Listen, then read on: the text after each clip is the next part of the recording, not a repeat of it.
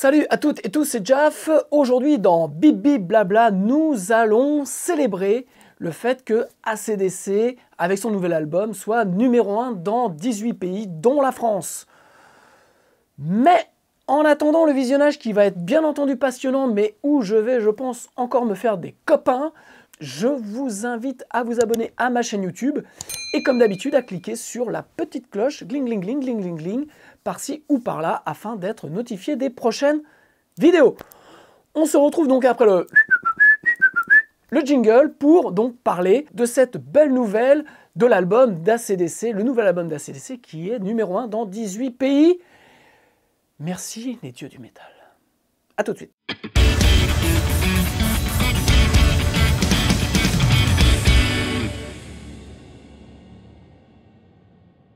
Ok, donc, la bonne nouvelle, voilà, parce que quand même, et on n'a quand même pas beaucoup de bonnes nouvelles en cette putain d'année 2020, eh bien la bonne nouvelle, c'est déjà d'avoir la sortie d'un nouvel album d'AC/DC avec quasiment, je dirais, la formation originale, bien sûr, sans Malcolm qui est décédé, bien entendu, mais on retrouve Phil Rudd à la batterie, on retrouve cette section rythmique fantastique, voilà. Et puis le fait que cet album-là soit numéro 1 dans 18 pays dans le monde, et dont, surprise aux surprises, la France. Voilà, donc c'est un peu de ça aussi dont j'aimerais parler. Mais dans un premier temps, quel bonheur, quel plaisir. Voilà, moi je voulais vous partager ce moment de plaisir parce que AC/DC est un groupe que j'ai découvert assez tard. Et puis, donc c'était sur le double live qui était sorti dans les années 90, début des années 90. Donc j'ai découvert AC/DC à ce moment-là, vraiment. Et puis je les ai vus en 95 ou 96, mais je crois que c'était 95, non 96, pour l'album Ballbreaker à Paris, à Bercy. Donc ça a été un concert, mais qui était fantastique, qui marquait le retour de Phil Rudd. Voilà. Et puis je les ai revus au Stade de France, avant la période, juste avant la période donc Axl Rose, la dernière tournée avec Brian Johnson, et donc j'avais été assez déçu par le concert. Bon, Stade de France, j'étais tout au bout. Brian Johnson commençait à fatiguer un peu au chant. Angus était bon, toujours le maître du monde avec sa guitare, mais bon, je trouvais que... Et puis surtout, oui, et puis surtout, ce n'était pas Phil Rudd à la batterie, et même si Chris Led est un super batteur, je m'excuse, pour moi, AC/DC, c'est Phil Rudd, c'est ce placement rythmique qui fait que, voilà, c'est mortel, quoi. Voilà. Donc moi, j'aime le groove d'AC/DC avec Phil Rudd. Bref, après, il y a eu tous les déboires qu'on a connus avec Axl Rose, et puis au final, il restait plus que Angus, mais bon, c'était un peu pathétique, et puis je trouve que cette dernière tournée où tout le monde s'est un peu barré, bon, c'était dommage de finir une telle légende, une telle carrière sur un truc aussi pas beau, pas propre. Et bref, donc après on a vu des images de rentrée en studio, je crois que c'était à Vancouver, donc je crois que c'était dans le studio de Bryan Adams. Et donc voilà, est sorti Power Up avec son lot de titres qui sont vraiment du pur AC/DC. Enfin voilà, moi j'ai kiffé. En plus, en cette période-là un peu compliquée pour tout le monde, moi ça m'a rappelé la force et la puissance du rock'n'roll, voilà, de ce que j'aime dans AC/DC. Donc je me suis retapé en même temps, à midi, le live à River Plate, que je trouve mortel. Bref, voilà, ça m'a... et puis bon, forcément, j'ai acheté le dernier album d'AC/DC, puisque, en plus du plaisir de retrouver AC/DC dans son line-up quasi original, bien entendu, c'est le fait d'avoir des super chansons. Voilà, il y a vraiment des super titres. C'est du pur AC/DC. Alors voilà, je ne vais même pas rentrer dans le débat, ouais, mais bon, mais AC/DC, on attend qu'une chose, c'est qu'il fasse du AC/DC. Le reste, on s'en fout, quoi. Donc, on a déjà tous, en tant que musiciens, entre guillemets, du mal à avoir un truc qui soit tellement reconnaissable, tellement identifiable, que, ouais, ils l'ont, pourquoi le changer? Ils savent faire que ça, et tant mieux, et nous, on leur demande rien d'autre. Donc c'était vraiment un plaisir de retrouver AC/DC avec des super chansons, où ça groove, où ça riff, où ça braille. Enfin voilà, moi j'ai pris un kiff énorme. Et puis l'autre point, c'est le fait qu'il soit numéro 1 en France. Alors, moi, chaque fois, ça m'a fait réagir. Il y a eu plusieurs trucs qui me font réagir, c'est que bon, donc AC/DC est numéro 1 en France, on va regarder combien de temps ça va durer, mais bon, on sait que ça va être éphémère. C'était comme Slipknot, je crois, c'est sur son dernier album qui a été numéro 1, si je dis pas de bêtises. System, je crois aussi, l'a été, mais bon, c'était il y a déjà 15 ans. Bref, et puis je pars aussi du principe que le Hellfest remplit en 2-2, vend ses billets en 2-2.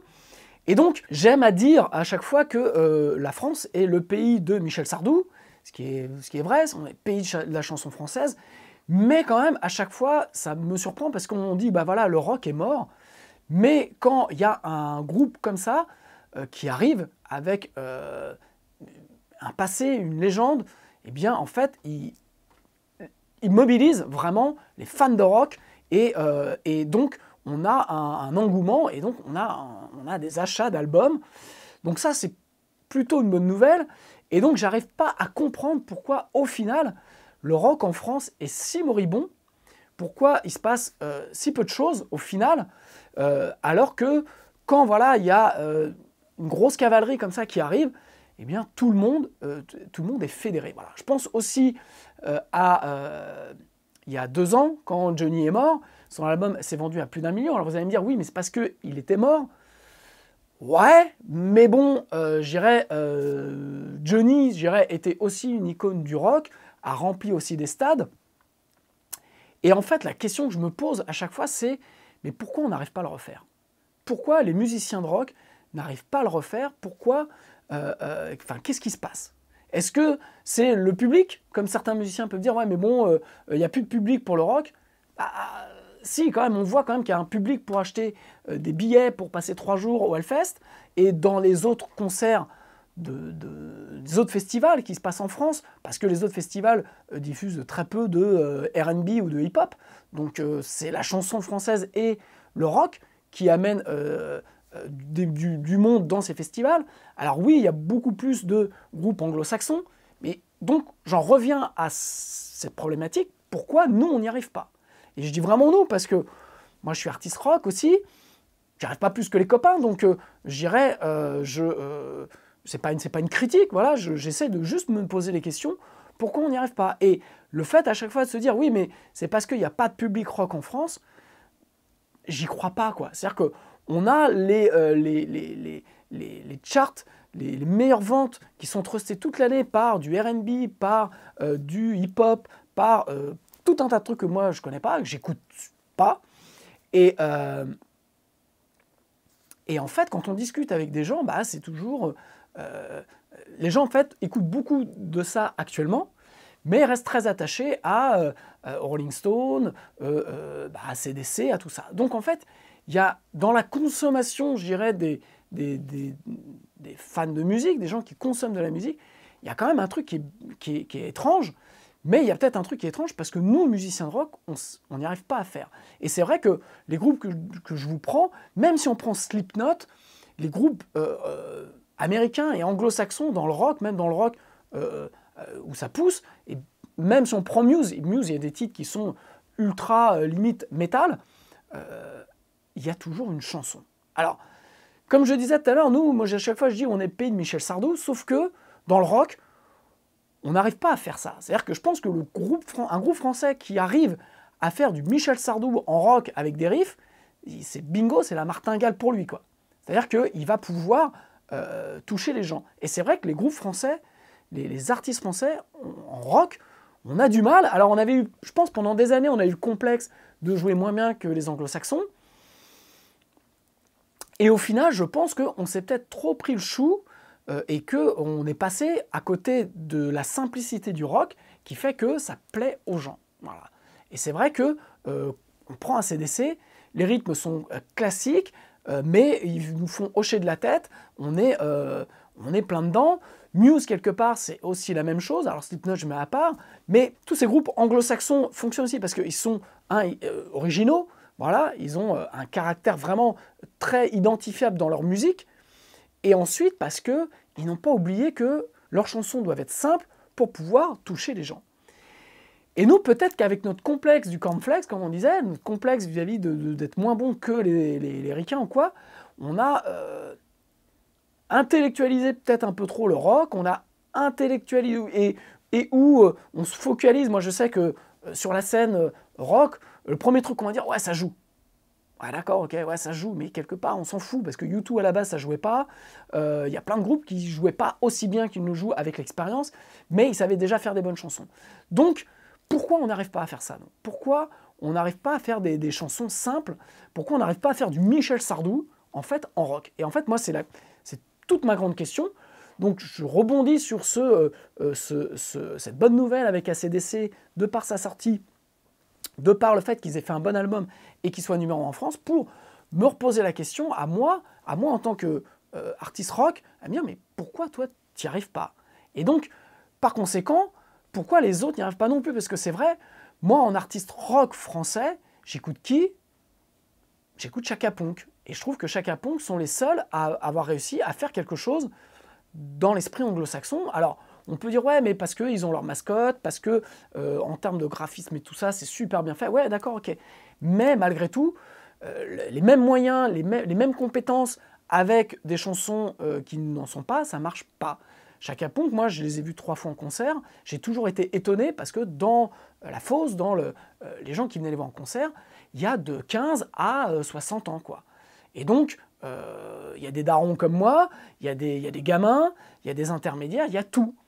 Et Chaka Ponk a réussi à faire ce crossover de faire de la chanson qui plaise à un public super large. Et pourquoi les autres n'y arrivent pas? Et voilà, donc moi, c'est le questionnement, donc je vous pose la question, je n'essaye pas d'accuser, ou enfin, voilà, je pose la question, pourquoi? J'ouvre un débat, donc peut-être que je vais encore m'en prendre plein la gueule, mais le débat est pourquoi, artiste rock, on n'y arrive pas? Est-ce qu'on s'occupe de trop de savoir comment il faut bien jouer? Est-ce qu'on complexifie trop les chansons et qu'au final on perd du monde?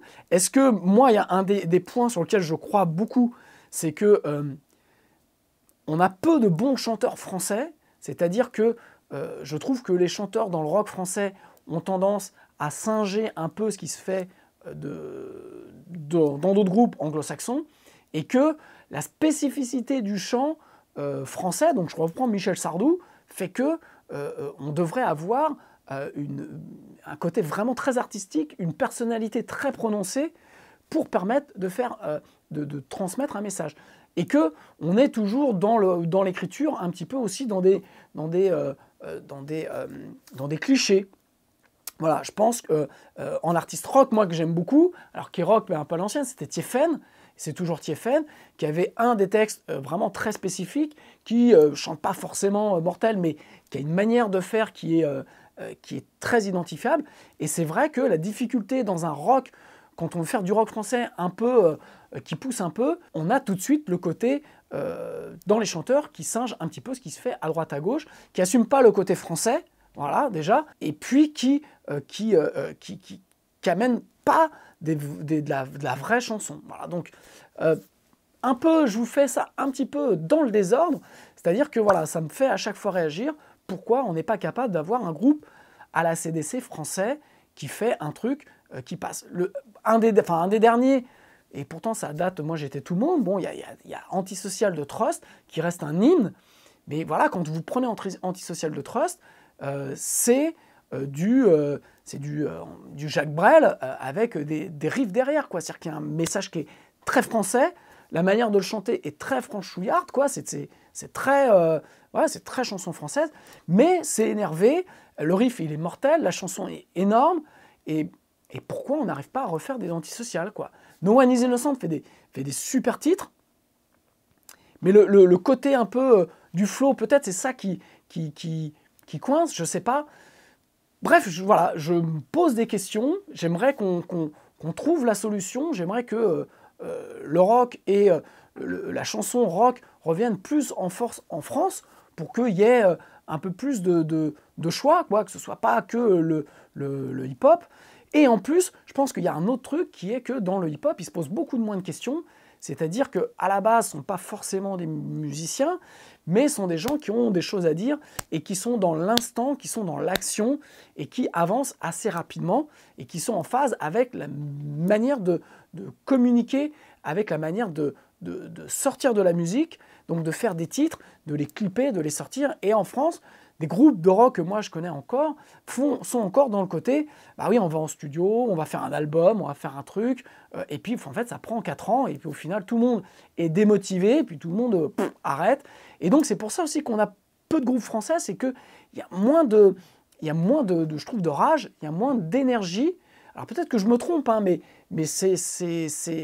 j'essaie de comprendre pourquoi. En fait, voilà, l'objectif de ce Bibi-Blabla, c'est de comprendre pourquoi on arrive moins bien que les autres. Voilà. Et comment on peut faire pour qu'il y ait plus d'offres dans le rock français, sans tomber dans le côté rock variété, bien qu'il y ait des bons trucs, mais comment on crée ce crossover pour que on ait des groupes type AC/DC français qui arrivent à être patrons à la maison, quoi. En fait, c'est ça. Pourquoi on n'arrive pas dans le rock à avoir des numéros 1 qui restent longtemps numéro 1 en France, et que voilà, ça sort à chaque fois dans l'indifférence générale, et que au final il ne se passe pas grand chose. Voilà donc un petit peu ma réflexion. Je pense que l'idée c'est peut-être, comme disait mon ami Rouxou, de moins se caresser le pistil, d'être plus force de proposition dans le rock, de sortir des titres plus peut-être ne serait-ce que des singles, enfin d'avoir une stratégie qui soit en phase avec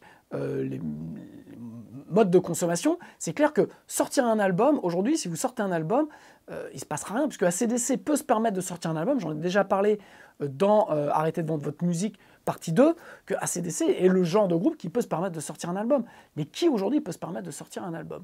Donc je pense que le développement passe par une autre stratégie. Je pense que le développement du rock en France doit être beaucoup plus, entre guillemets, agressif, et que ne pas oublier qu'on est pays de Michel Sardou, que les gens aiment la chanson, et que peu importe le style, je pense, et moi ça me rappelle quand Hypnotize et Mesmerize de System sont sortis en 2005, j'ai fait écouter ça à des amis, à moi, qui n'étaient pas du tout dans ce type de musique, et qui ont adoré System parce qu'il y avait une originalité, parce qu'il y avait le côté musique d'Europe de l'Est, enfin voilà, il y avait le côté arménien, il y avait une originalité dans le chant, tout ça, et les grosses guitares, elles s'en foutaient, ça les choquait pas.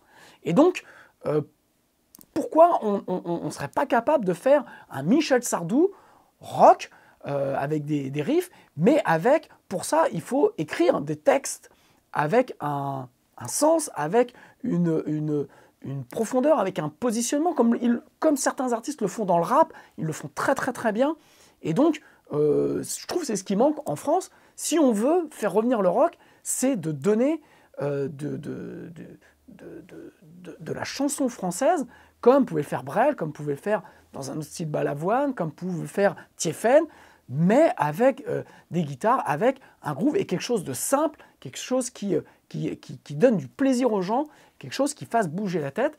Voilà, puisque AC/DC, avec ce nouvel album, nous fait remuer la tête et donc nous donne du plaisir. Et dans cette période triste, on a vraiment besoin de ça. Et moi, cet album de AC/DC m'a fait du bien et m'a reboosté. Voilà.